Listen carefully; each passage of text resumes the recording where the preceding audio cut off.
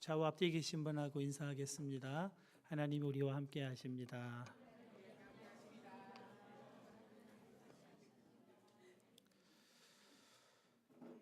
이스라엘 백성들이 출애굽하여 시작된 광야 생활은 무척 고단한 것이었습니다. 그냥 고단하다 정도가 아니라 생명의 위협을 느낄 만한 일들로 가득 차 있었습니다. 백성들이 르비딤이라는 곳에 이르렀을 때 그곳에는 물이 없었습니다. 모세를 원망했고 모세는 하나님께 부르짖었습니다. 하나님께서 한 반석을 가리키시며 모세에게 지팡이로 내리치라. 모세가 순종하고 반석은 쪼개져서 엄청난 물이 흘러나와 백성들이 물을 마십니다. 그 사건의 마지막 구절은 다음과 같이 그 사건을 요약하고 있습니다. 그가 그곳 이름을 마사 또는 무리바라 불렀으니 이는 이스라엘 자손이 다투었으며 또는 그들이 여호와를 시험하여 이르기를 여호와께서 우리 중에 계신가 안 계신가 하였음이더라. 백성들이 다투며 말합니다. 하나님이 우리 중에 계신가 안 계신가 의심했다는 말입니다.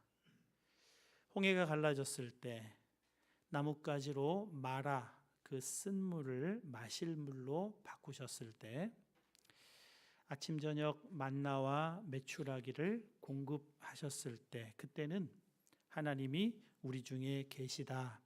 하나님을 믿노라 합니다.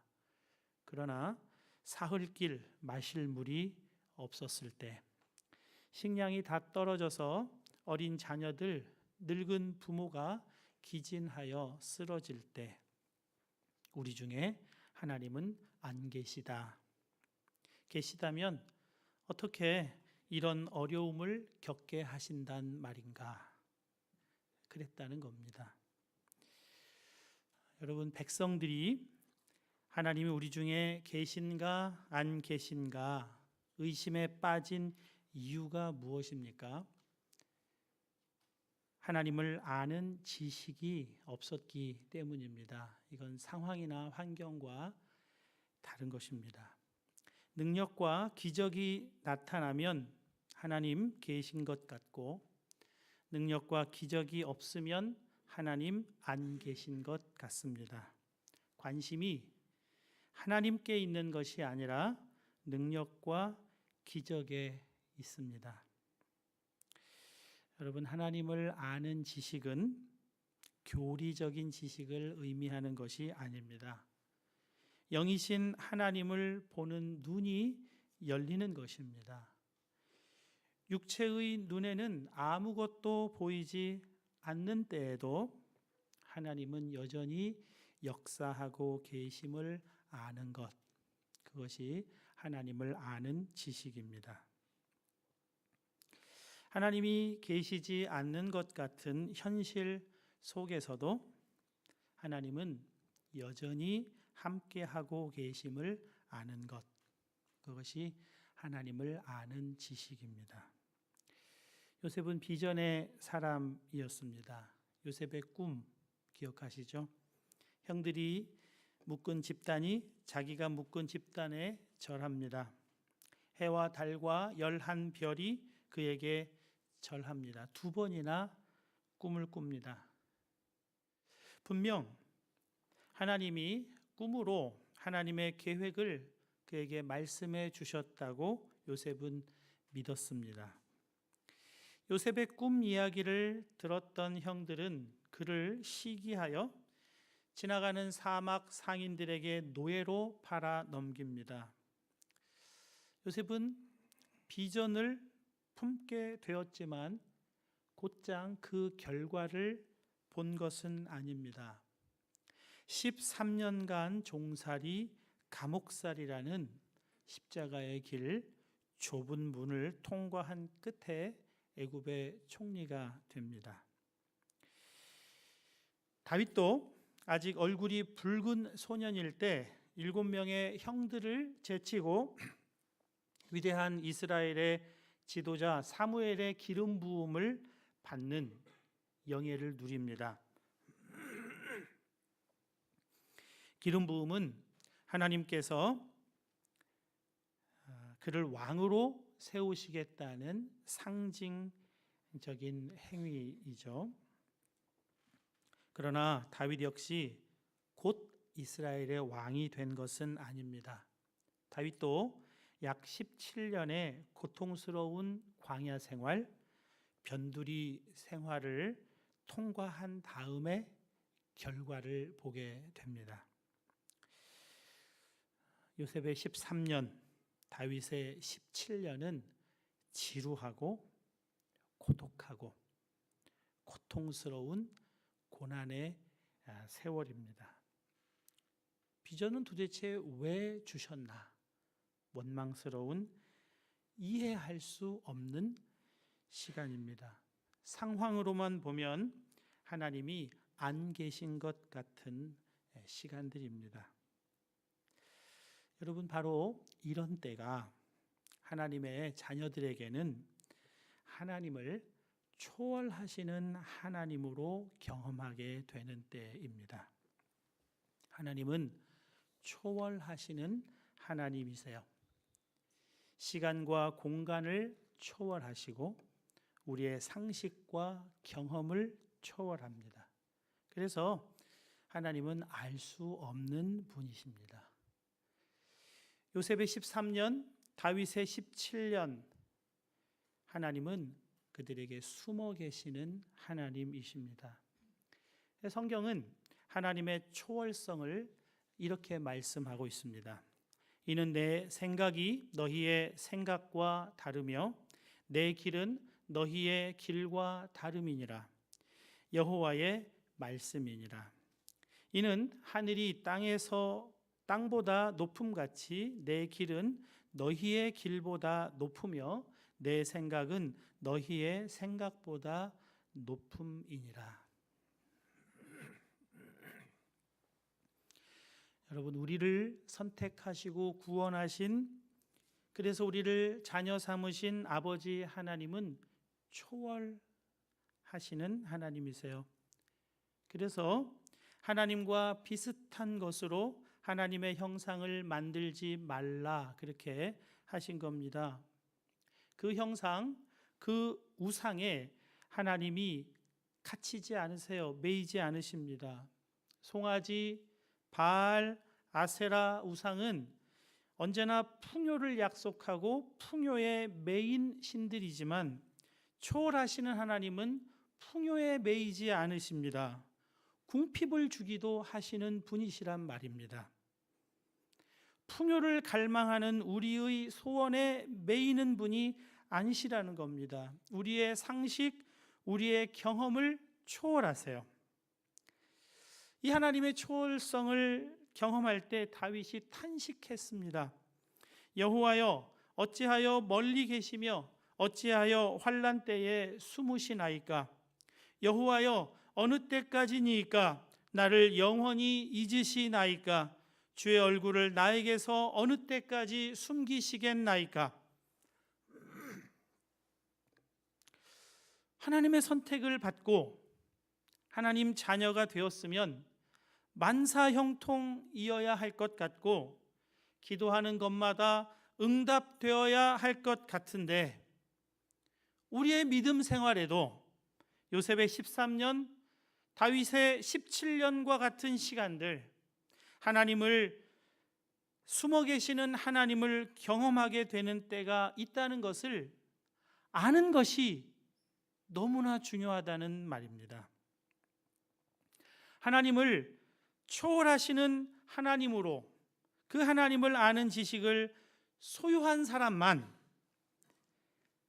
하나님께서 그때에도 합력하여 선을 이루고 계심을 믿을 수 있기 때문에 그렇습니다.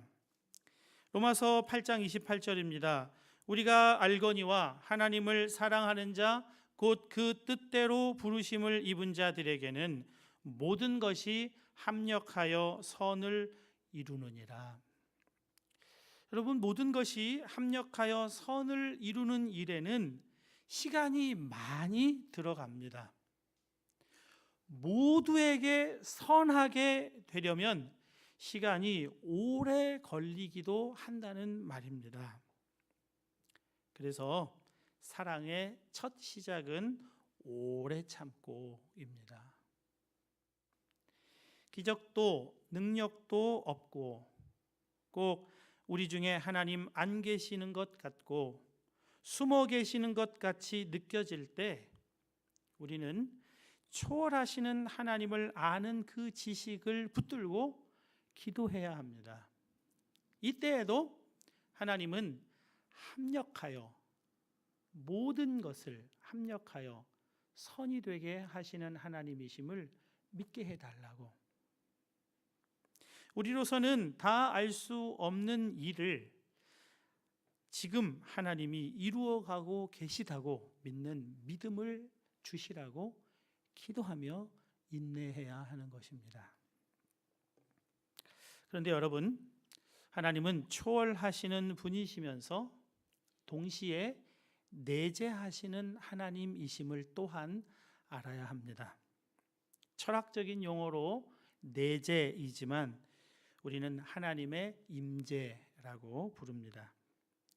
요셉은 하나님의 초월성으로 인해 하나님의 계획을 다 알 수는 없었지만 그 지루한 종살이, 고통스러운 감옥살이의 결과를 그는 전혀 알지 못하지만 그는 그 고통스럽고 지루한 그 때를 임재하시는 하나님과 함께 넉넉히 감당해 나갈 수 있었습니다. 창세기 39장 1절 2절입니다. 요셉이 이끌려 애굽에 내려가매 바로의 신하 친위대장 애굽 사람 보디발이 그를 그리로 데려간 이스마엘 사람의 손에서 요셉을 산이라. 여호와께서 요셉과 함께 하심으로 그가 형통한 자가 되어 그의 주인 애굽 사람의 집에 있으니. 요셉은 종살이의 결국은 모르지만 종살이의 최선을 다할 수 있었습니다.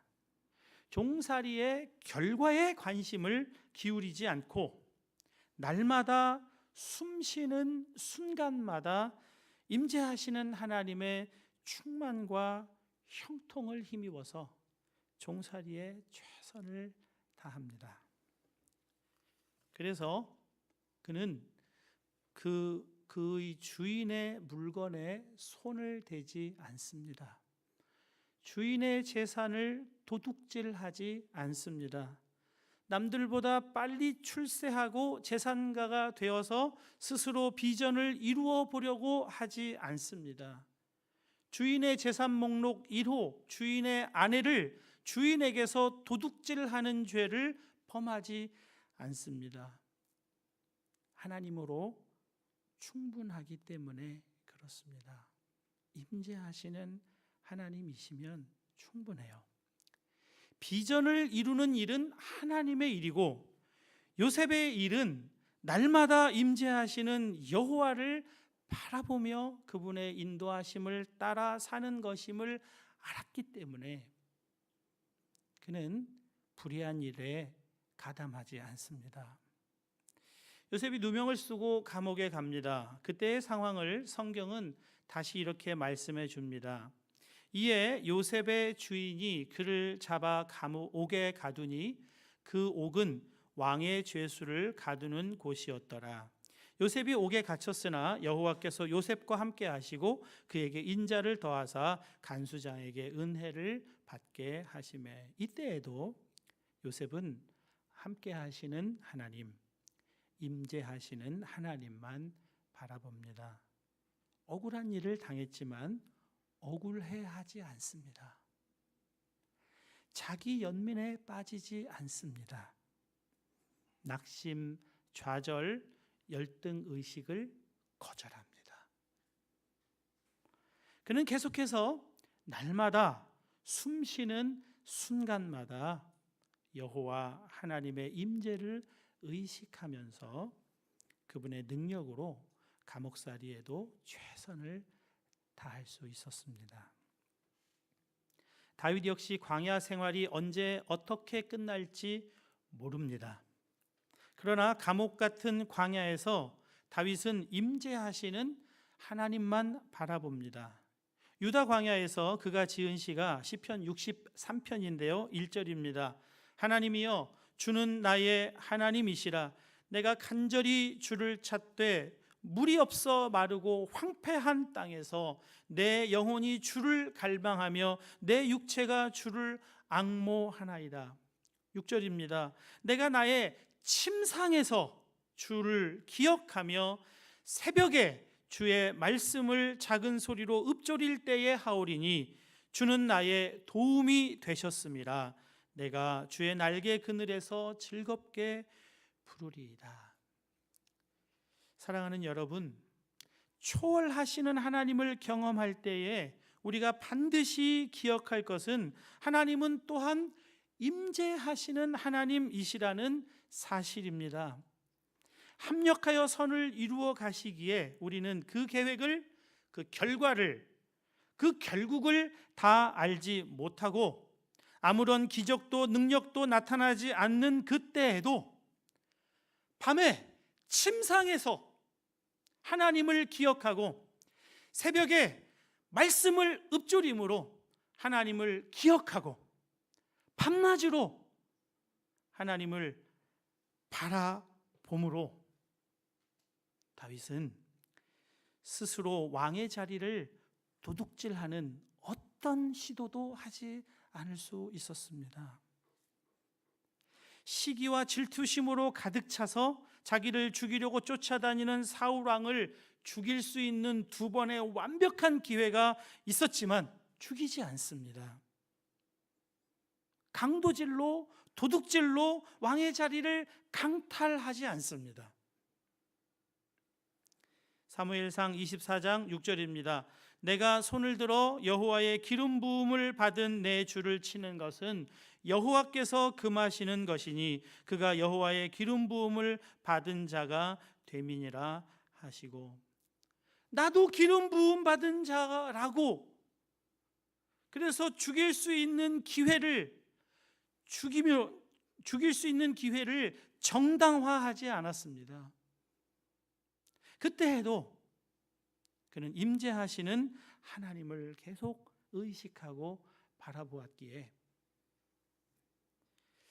하나님께서 그때에도 합력하여 선을 이루어가고 계심을 믿었기에 자기 손으로 그 왕권을 찬탈하는 어떤 행위도 하지 않습니다. 성경은 우리에게 말씀하십니다. 악을 악으로 갚지 말라. 친히 원수 갚지 말라. 그렇게 하십니다. 아무에게도 악을 악으로 갚지 말고 모든 사람 앞에서 선한 일을 도모하라. 내 사랑하는 자들아, 너희가 친히 원수를 갚지 말고 하나님의 진노하심에 맡기라. 기록되었으되 원수 갚는 것이 내게 있으니 내가 갚으리라고 주께서 말씀하시니라. 바울에게 하신 이 말씀이 다윗에게도 그대로 주어진 말씀입니다. 여러분, 세상이 악하다고 세상에 보복하는 것은 하나님 앞에 정당화될 수 없습니다. 여러분이 몸담고 있는 곳이 불의하고 악하다고 해도 여러분도 똑같이 불의하게 악하게 대응하는 것을 정당화할 수 없다는 겁니다. 세상 모두가 도둑질을 하고 세금 포탈하고 남의 자리 빼앗고 남의 것에 욕심을 낸다고 여러분도 똑같이 도둑질하고 착취하고 빼앗아도 되는 것이 아닙니다.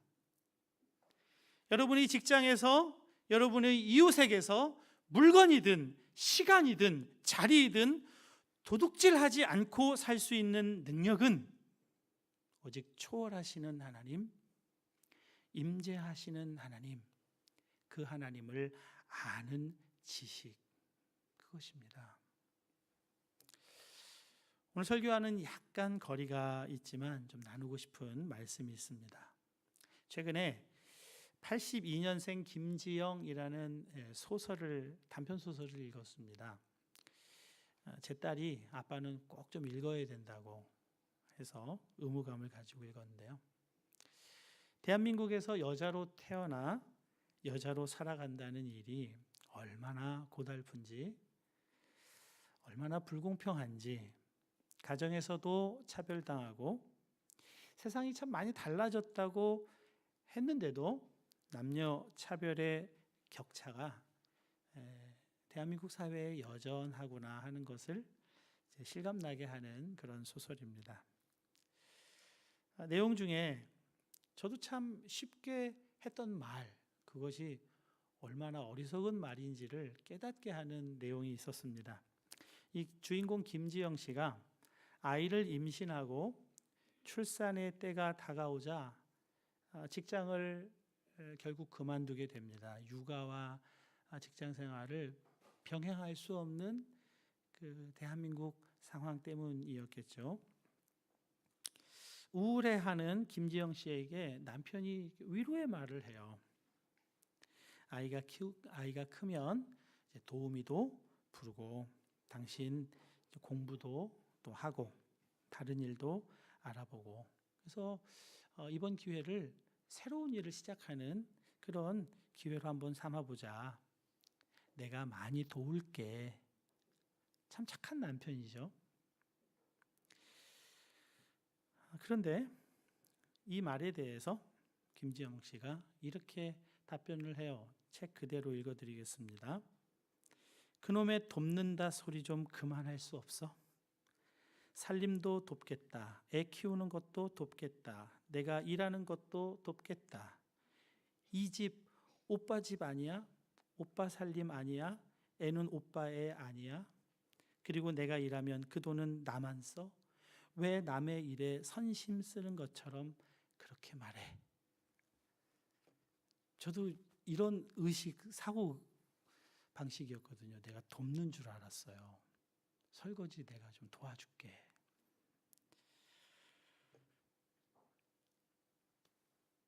가정이 그렇다는 거죠. 그런데요, 여러분, 교회도 똑같습니다. 지난주에 사역 지원서를 나누어 드렸습니다. 우리 교회 사역의 원칙은 1인 1사역이에요. 기본 방침이 그렇습니다. 그런데 현실은 그렇지가 않아요. 1인 2사역, 1인 3사역 그렇게 합니다. 주로 많은 청년들이 헌신해서 방송팀, 예배팀, 모아드림팀, 찬양대를 섬김으로 예배가 세워집니다. 재정팀의 헌금개수, 새가족팀, 양육팀, 중보팀, 교회학교, 교사, 이런 여러 지체들의 헌신과 참여가 있어서 교회가 세워지는 거죠.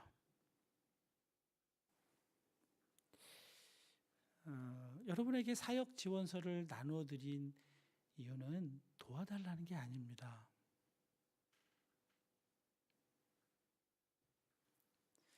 우리는 교회예요. 교회고 공동체입니다. 누군가의 은혜를 입고 살 수밖에 없는, 은혜를 입고 살아야 합니다.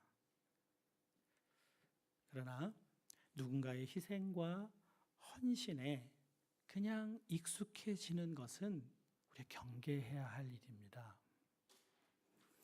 일종의 무임승차, 표 없이 뜨람, 메트로 타는 것과 같다는 거예요. 함께 세워져 나가는 것이 교회입니다. 교회는 하나님이 거하시는 처소, 성전이라고 했는데요. 에베소서 2장 21절 22절입니다. 그의 안에서 건물마다 서로 연결하여 주 안에서 성전이 되어가고 너희도 성령 안에서 하나님이 거하실 처소가 되기 위하여 그리스도 예수 안에서 함께 지어져 가느니라. 여러분, 교회는 공동체이고 함께 지어져 가는 하나님의 집이에요. 여러분 모두가 한 장의 벽돌이고 어떤 분은 기둥이고 주춧돌이고 지붕의 기와 한 장이 된다는 말입니다.